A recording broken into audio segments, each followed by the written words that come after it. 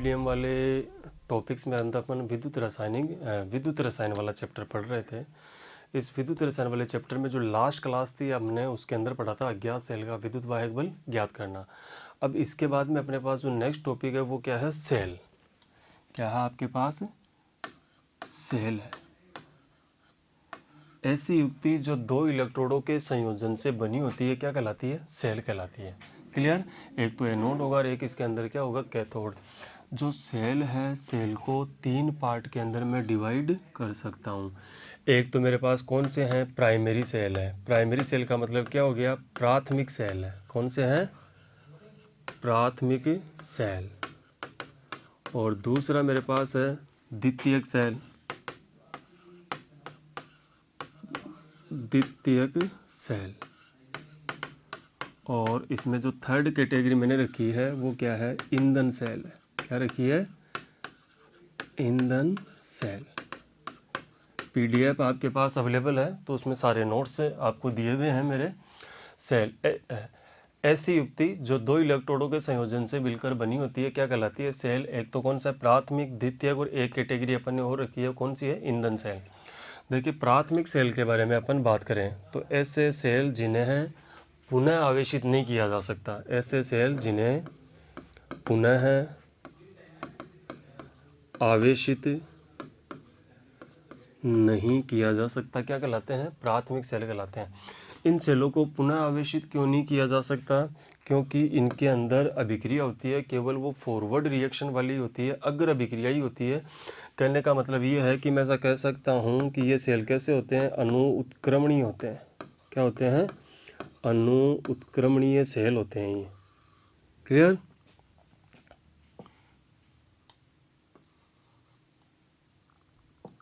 ये कैसे सेल है, अणु उत्क्रमणीय सेल है। क्लियर।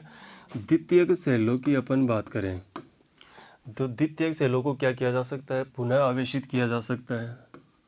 इन सेलों को पुनः आवेशित किया जा सकता है। क्लियर।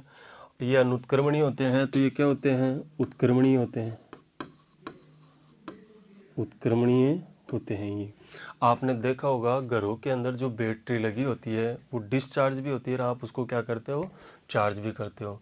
तो जो सेकेंडरी सेल का एग्जाम्पल है, ईंधन सेल क्या है, ऊर्जा के निरंतर स्रोत है जिनसे लगातार अपने को क्या होती है, ऊर्जा मिलती है। इन सेलों में क्या होता है, ईंधन के दहन को सीधे किस में परिवर्तित किया जाता है, विद्युत ऊर्जा में।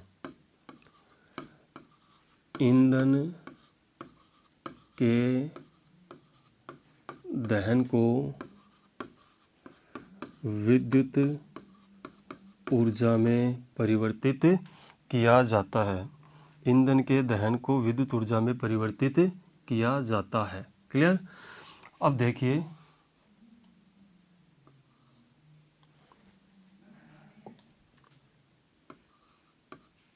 ईंधन के दहन को सीधे विद्युत ऊर्जा में परिवर्तित किया जाता है। निरंतर ऊर्जा के स्रोत है, निरंतर ऊर्जा के स्रोत है।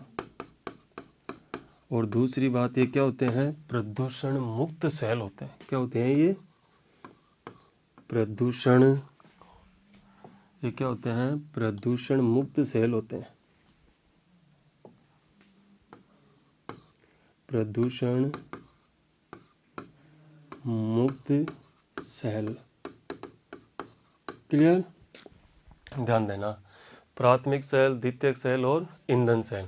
प्राथमिक सेलों को पुनः आवेशित नहीं किया जा सकता। जो मार्केट के अंदर अपने बैटरी में, घड़ी के अंदर जो सेल डलता है वो कौन सा है, प्राइमरी सेल है। आप उनको एक बार यूज़ किया, उनका चार्ज लास्ट में आते आते क्या हो जाता है, ख़त्म हो जाता है और उनको क्या करना पड़ता है, फिर फेंकना पड़ता है, क्योंकि उनके अंदर होने वाली रिएक्शन कैसी होती है, अनुत्क्रमणीय अभिक्रिया है। द्वितीयक सेल ऐसे सेल हैं जिन्हें पुनः आवेशित किया जा सकता है, और क्योंकि इनमें होने वाली अभिक्रिया क्या है, टू डायरेक्शनल है, फॉरवर्ड भी और बैकवर्ड रिएक्शन भी, अग्र अभिक्रिया भी और प्रतीप अभिक्रिया भी। ईंधन सेल की बात करें तो ऐसे सेल जिनमें ईंधन के दहन को सीधे विद्युत ऊर्जा में रूपांतरित किया जाता है क्या कहलाते हैं, ईंधन सेल। और ये निरंतर ऊर्जा के स्रोत है और प्रदूषण मुक्त सेल है।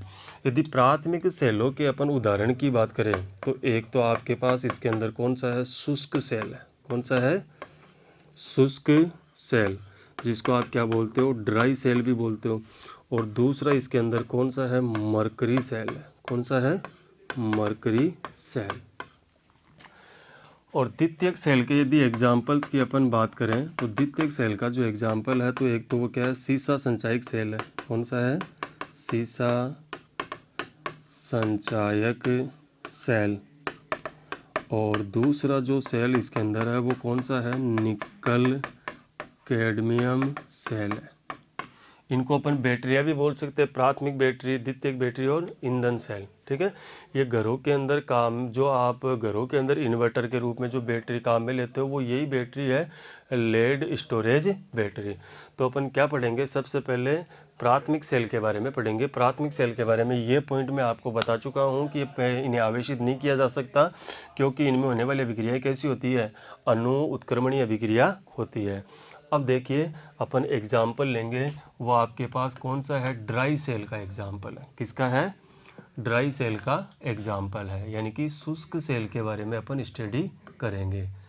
ड्राई सेल, सबसे पहली बात तो ये है कि इसकी बनावट क्या होगी और होने वाली सेल अभिक्रिया क्या है, इन दो बातों का ही ध्यान रखना है। क्लियर। हाँ, बोर्ड के पेपर में इनका डायग्राम भी पूछा गया है, तो ध्यान देना आप। देखिए जो आउटर सरफेस है वो वहाँ क्या होता है, आपके पास एक जेड कंटेनर होता है। ये क्या है, आपके पास जेड का पात्र है। क्या है, जेड का पात्र। और ये जेड का पात्र किसका काम करता है, यहाँ एनोड का काम करता है। ठीक है, और इस सेल के केंद्र में, इस सेल के केंद्र में क्या रखी है, एक जेड की, सॉरी, एक ग्रेफाइट की रोड रखी गई है। क्लियर। तो ये आपके पास क्या हो गई, ग्रेफाइट रोड, ग्रेफाइट रोड रखी गई है। क्लियर। इस कार्बन की रोड, यानी कि ग्रेफाइट के रोड के दोनों तरफ, इस ग्रेफाइट की रोड के दोनों तरफ क्या भरा गया है, MnO2 प्लस कार्बन का पाउडर भरा गया है। यहाँ पर अपन ने क्या भर दिया, ये MnO2 प्लस कार्बन पाउडर, ये भर दिया आपने क्या, MnO2 प्लस कार्बन पाउडर भर दिया। क्लियर। तो देखो यहाँ से यहाँ तक का जो हिस्सा है वो क्या है, कैथोड है। क्या है आपके पास, ये कैथोड का काम कर रहा है यहाँ पर। ठीक है। अब दूसरी बात,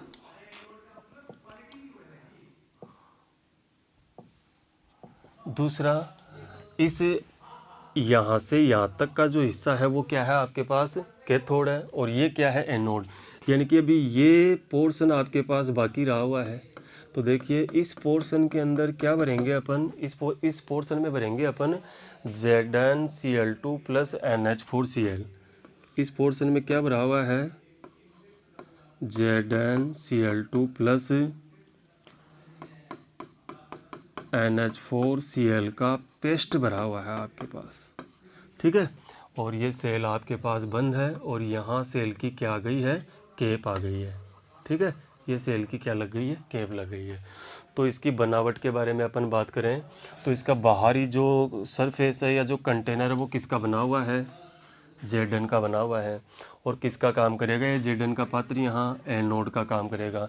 सेल के बिल्कुल सेंटर के अंदर क्या रखी गई है, ग्रेफाइट रोड। ठीक है, ये ग्रेफाइट रोड यानी कि मैं ऐसा कर सकता हूँ, यहाँ किसका काम करेगी, कैथोड। ठीक है, तो देखिए इस एनोड और कैथोड के बीच में मैं बात करूं तो एनोड, देखो ये पार्ट तो कितना हो गया यहाँ पे, कैथोड, और ये पार्ट क्या है, यहाँ पे एनोड है।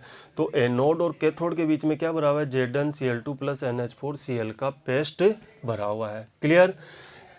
अब देखिए इस सेल के सेंटर में ग्रेफाइट रोड थी, ग्रेफाइट रोड के दोनों तरफ क्या भरा है आपने, MnO2 प्लस कार्बन का पाउडर भरा है। ये इस सेल का क्या हो गया है, आपके पास डायग्राम हो गया है। अब आपको क्या करना है, सेल की सेल रिएक्शन की स्टडी करनी है। तो देखिए सेल रिएक्शन क्या होगी, यदि मैं बात करूँ किसकी, सेल रिएक्शन की, तो देखना सेल रिएक्शन की यदि अपन बात करें तो सबसे पहले तो कहाँ चलेंगे अपन, एनोड पर चलेंगे। तो देखिए एनोड पर ध्यान देना, एनोड किसका बना हुआ था, देखना आप एनोड किसका बना हुआ था, एनोड बना हुआ था किसका, Zn का, तो अपन क्या करेंगे, Zn का रिडक्शन करवाएंगे, सॉरी Zn का ऑक्सीडेशन करवाएंगे एनोड पे। तो एनोड पे क्या होने वाला है, ऑक्सीडेशन किसका, Zn का। ऑक्सीडेशन में अपने कोई प्रॉब्लम नहीं है, अपन जानते हैं कि Zn ऑक्सीडाइज होगा तो क्या बनेगा, Zn2+ एक्वस प्लस कितना इलेक्ट्रॉन, 2 इलेक्ट्रॉन। अब बात करेंगे अपन किसकी, कैथोड की, ठीक है।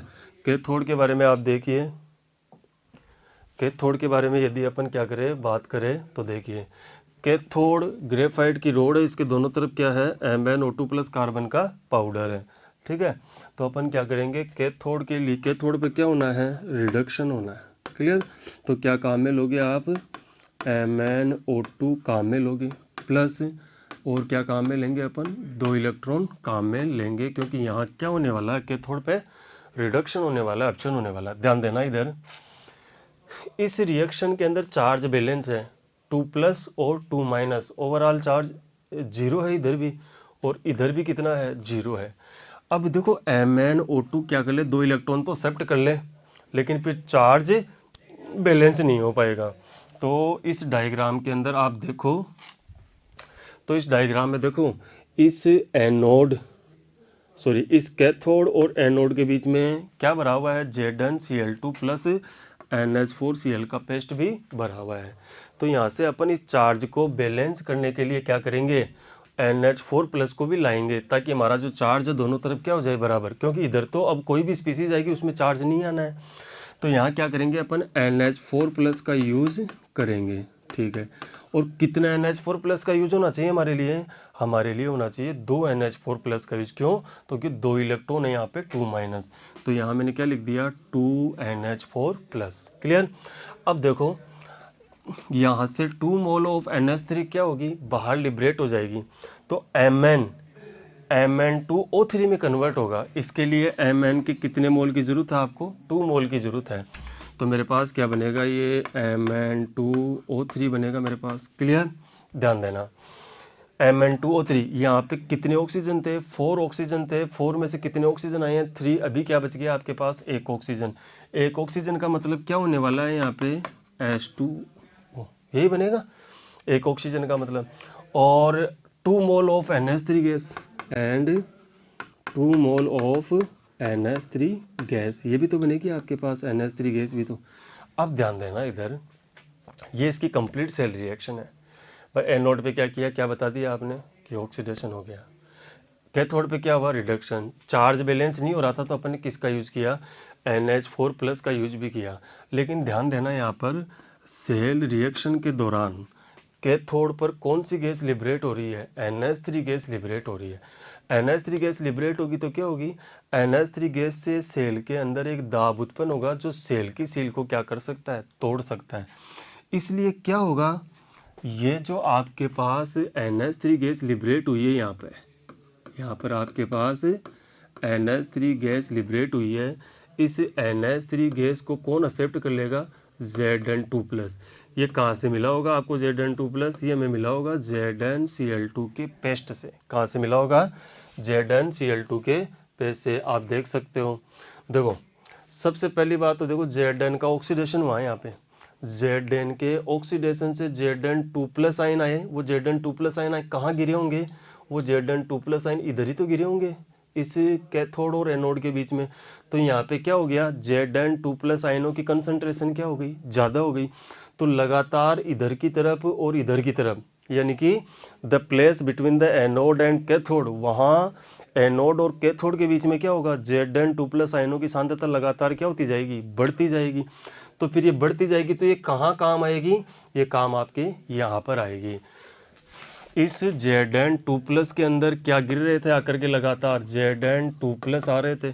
और आपने देखा था अभी सेल रिएक्शन के दौरान क्या बन रही थी, NH3 गैस का फॉर्मेशन हो रहा था। तो ये NH3 गैस और आपका कौन, Zn2+ आयन आपस में कंबाइन हो जाएंगे, और कंबाइन होकर के आपके पास क्या बना लेंगे, एक संकुल यौगिक बना लेंगे, ZnNH3 की होलाइज 4, और इसके ऊपर क्या आ जाएगा, ये 2+ चार्ज, क्लियर। तो आपके पास ये क्या बना है, एक संकुल यौगिक बना है। मैं अभी इसके बारे में कोई बात नहीं करूँगा। क्योंकि आपके सिलेबस में 9th नंबर का जो चैप्टर है उपसहसंयोजक यौगिक, वहाँ संकुल यौगिकों के बारे में कंप्लीट डिटेल आपको दी हुई है। अब ध्यान देना एक बार वापस सेल रिएक्शन की तरफ। सेल रिएक्शन के दौरान कैथोड पर क्या मुक्त होती है? NH3। क्लियर? ध्यान देना, ये आपके पास सेल था, सेल रिएक्शन हुई तो कैथोड में यानी कि अंदर की तरफ क्या जनरेट हुई? आपके पास NH3 गैस जनरेट हुई। और ये NH3 गैस को सोचो कि यदि Zn2+ आयन क्या नहीं करेगा, एक्सेप्ट नहीं करेगा, तो सेल के अंदर क्या होगा? एक दाब उत्पन्न होगा जो सेल की सील को क्या कर देगा? तोड़ देगा। तो मैं ऐसा कह सकता हूँ, if liberated NH3 cannot be taken by the Zn2+ ion, then a pressure is arises in the cell which break the cell of the seal। Clear? तो ये हो गई आपके पास डेनियल सेल की सेल रिएक्शन और ड्राई सेल की cell reaction. और dry cell के अंदर जो बनावट थी वो अपन ने कंसिडर कर ली। इसके बारे में बात करते हैं अपन, किसके बारे में? मरकरी सेल के बारे में बात करते हैं। ठीक है, नेक्स्ट आपके पास जो सेल है वो कौन सा है? मरकरी सेल है। क्लियर? तो मरकरी सेल के बारे में अपन बात करते हैं। मरकरी सेल भी क्या है? एक तरह से वो प्राथमिक सेल है जिसको भी क्या नहीं कर सकते अपन? पुनः आवेशित नहीं कर सकते। ठीक है, तो मैं बात कर रहा हूँ किसकी? यहाँ पे मरकरी सेल की बात कर रहा हूँ। देखिए मरकरी सेल कौन से होते हैं और कहाँ काम आते हैं, ये आपको ध्यान रखना होगा। मरकरी सेल के बारे में अपन बात करें तो हैंड वॉच के अंदर, हाथ घड़ी के अंदर जो सेल काम आता है वो क्या है? मरकरी सेल है, इन्हें बटन सेल भी बोलते हैं। दूसरा, जो ईयर मशीन आती है, जिन लोगों को कम सुनाई देता है वो कान के अंदर मशीन लगाए हुए रखते हैं, उनके अंदर भी कौन सा सेल काम में आता है? मरकरी सेल ही काम में आता है। मरकरी सेल के बारे में देखो, आपको ये पता कर लो पहले ही कि इसका एनोड कौन है और कैथोड कौन है, और इसके अंदर इलेक्ट्रोलाइट यानी कि विद्युत अपघट्य का विलयन कौन सा काम में लिया हुआ है। तो देखो, यदि मैं एनोड की बात करूं मरकरी सेल के अंदर, तो जो एनोड है वो किसका बना हुआ है? Zn का बना हुआ है। किसका बना हुआ है? Zn का। कैथोड है तो कैथोड किसका बना हुआ है? HgO का बना हुआ है। विद्युत अपघट्य किसका होगा? यहाँ पे KOH का होगा विद्युत अपघट्य। अब ध्यान देना, आपने देखा होगा कि घड़ी अचानक ही रुकती है। जैसे मान लो कि आपने 12:05 पे टाइम देगा, तो हो सकता है कि 12:06 पर घड़ी काम करना बंद कर दे। तो मरकरी सेल एक ऐसा सेल होता है जिसका विभव प्रारंभ से लेकर अंत तक क्या है? एक समान बना रहता है। इसका क्या रीजन है उसकी अपन बात करेंगे। क्लियर?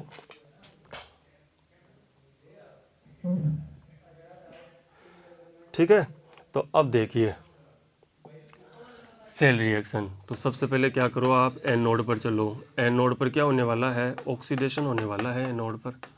और ऑक्सीडेशन होगा तो ऑक्सीडेशन किसका होगा? Zn solid convert into Zn2+ aqueous plus 2 electron. ध्यान देना एक बात कि एनोड पर ऑक्सीडेशन हुआ किसका? Zn का, और जिससे क्या बने? Zn2+ जलीय बने। और जैसे ये Zn2+ जलीय बनेंगे तो ये किसके विलयन के अंदर चले जाएंगे? KOH के विलयन के अंदर चले जाएंगे। ठीक है, तो Zn2+ आयन जब KOH के विलयन में चले जाएंगे तो इनकी आपस में रिएक्शन भी होगी। इट मीन्स यहाँ क्या होगी? एक्स्ट्रा रिएक्शन होगी। तो Zn2+ आयन KOH के किससे रिएक्शन कर लेगा? OH से रिएक्शन कर लेगा। तो आपके पास ये क्या बनेगा? Zn2+ 2OH minus convert into ZnO+ H2, ये फॉर्मेशन हो जाएगा आपके पास। Is that clear? देखो एनोड पे Zn का क्या हुआ? ऑक्सीडेशन हुआ। आप अभी तक तो क्या पढ़ते हुए आए थे? आप अभी तक तो ये पढ़ते हुए आए थे कि आपके पास Zn की रोड थी, वो किसके अंदर थी? ZnSO4 के विलयन में थी। तो it means there is no extra reaction, वहाँ पे कोई भी एक्स्ट्रा रिएक्शन नहीं होती थी। यहाँ क्या था? Zn था वो किसके अंदर था? KOH के अंदर था। तो जैसे ही Zn का ऑक्सीडेशन हुआ तो क्या बना? Zn2+ आयन बना। Zn2+ आयन किसके अंदर चले गए? KOH के अंदर चले गए। और जैसे ही वो KOH के अंदर गए तो वहाँ क्या हो गई? एक्स्ट्रा रिएक्शन हो गई। तो एक्स्ट्रा रिएक्शन ये लिख दिया अपन ने। ठीक है, इस रिएक्शन को ऐड करके लिख दो। तो देखो Zn2+ आयन से क्या कैंसिल हो जाएंगे? Zn2+ आयन कैंसिल हो जाएंगे। तो क्या रिएक्शन आई आपके पास? हमारे पास रिएक्शन आई Zn solid plus 2OH minus convert into ZnO plus H2O plus 2 electron. ये कौन सी रिएक्शन है? ये सिर्फ और सिर्फ एनोड हाफ की रिएक्शन है। क्लियर? कैथोड हाफ की रिएक्शन को याद करना बहुत आसान है, आप आराम से लिख सकते हो। यहाँ पर एक पॉइंट ये भी अपन ने पढ़ा था कि जो मरकरी सेल होता है, मरकरी सेल का सेल विभव प्रारंभ से लेके अंत तक क्या होता है? एक समान ही बना रहता है। क्यों? इसकी सेल रिएक्शन के दौरान कोई एक्स्ट्रा प्रोडक्ट नहीं बनता। तो देखो कैथोड के फॉर्म में आपने क्या काम में लिया था? HgO काम में लिया था। तो ध्यान देना इधर, देखो ये हो जाएगा मेरे पास क्या? HgO प्लस कितने इलेक्ट्रॉन एक्सेप्ट करने हैं? इसको 2 इलेक्ट्रॉन एक्सेप्ट करने हैं। और मैं ऐसा कह रहा हूँ कि यहाँ पर कोई भी साइड प्रोडक्ट नहीं बनेगा। साइड प्रोडक्ट नहीं बनने का मतलब ये है कि देखो इस H2O का आप वापस लिख लो इधर, तो ये मैंने लिख दिया क्या? H2O। क्लियर? प्रोडक्ट बनाइए। प्रोडक्ट बनाएंगे तो एक तो क्या बन जाएगा आपके पास? Hg लिक्विड, क्योंकि यहाँ Hg कितने में था? 2 प्लस में था। क्लियर? दूसरी बात देखो H2O से H2O कैंसिल हो रहा है, तो 2OH माइनस से क्या होगा? 2H माइनस भी कैंसिल होगा। तो यहाँ मैं क्या लिख देता हूँ? 2OH minus. क्लियर? तो ये अब इन दोनों को ऐड करके क्या करेंगे अपन? इस कंप्लीट सेल रिएक्शन लिख देंगे यहाँ से। क्लियर? तो देखिए अब कंप्लीट सेल रिएक्शन लिखेंगे अपन। देखिए H2O से क्या कैंसिल हो गया? H2। क्लियर? और 2 इलेक्ट्रॉन से क्या कैंसिल हो गए? 2 इलेक्ट्रॉन। और 2OH माइनस से क्या कैंसिल हो गया? 2H minus. There is no extra product in the cell reaction of mercury. Mercury cell की सेल अभिक्रिया में कोई भी एक्स्ट्रा रिएक्शन नहीं हो रही है। तो आपके पास जो प्रोडक्ट बनेगा वो क्या बनेगा? देखो zinc solid plus HgO convert into ZnO plus Hg liquid. इस रिएक्शन को आप देखिए, इस रिएक्शन में कोई भी साइड प्रोडक्ट नहीं है, केवल Zn और Hg इधर है और केवल Zn और Hg इधर है। यही वजह है कि मरकरी सेल का सेल विभव प्रारंभ से लेकर के अंत तक एक समान बना रहता है। देखिए मैंने आपको जो टॉपिक पढ़ाए हैं आज, मैं उनको वापस रिवाइज करवा देता हूँ आपको कि कौन कौन से टॉपिक थे आपके पास, चेक करना। देखो अपन चले सेल से, प्राथमिक सेल, द्वितीयक सेल और ईंधन सेल। प्राथमिक सेल पुनः आवेशित नहीं किया जा सकता, अनुत्क्रमण प्रकृति के होते हैं। एग्जाम्पल है शुष्क सेल और मरकरी सेल, और ये दोनों सेल आज अपन ने क्या कर लिए हैं? पढ़ लिए हैं। अगले टॉपिक, अगले लेक्चर के अंदर अपन द्वितीयक सेल के बारे में स्टडी करेंगे। द्वितीयक सेल पुनः आवेशित किया जा सकता है, उत्क्रमणी होते हैं। नेक्स्ट ये आपके पास ड्राई सेल का डायग्राम है। ड्राई सेल का जो कंटेनर है वो Zn का पात्र है, एनोड का काम करेगा। और सेल के केंद्र में क्या रखी हुई है? ग्रेफाइट रोड रखी गई है, और जिसके चारों तरफ आपने क्या रखा है? MnO2 प्लस कार्बन पाउडर है। एनोड और कैथोड के बीच में क्या भरा हुआ है? एनोड और कैथोड के बीच में ZnCl2 प्लस NH4Cl का पेस्ट भरा हुआ है। क्लियर? नेक्स्ट ये इसकी सेल रिएक्शन थी, Zn का ऑक्सीडेशन हो गया और MnO2 with 2NH4 plus 2 electron accept करके NH3 गैस का प्रोडक्शन किया। और इस NH3 गैस को किसने शिफ्ट कर लिया था? NH3 ने, जिससे सेल के अंदर दाब नहीं रहा। फिर मरकरी सेल के बारे में अपन ने बात की। मरकरी सेल में जो एनोड था वो किसका था? Zn2 plus. कैथोड है वो HgO है। विद्युत अपघटक किसका है? KOH का है। ठीक है, और ये आपके सामने इसकी सेल रिएक्शन थी। Clear? Thank you and have a nice day.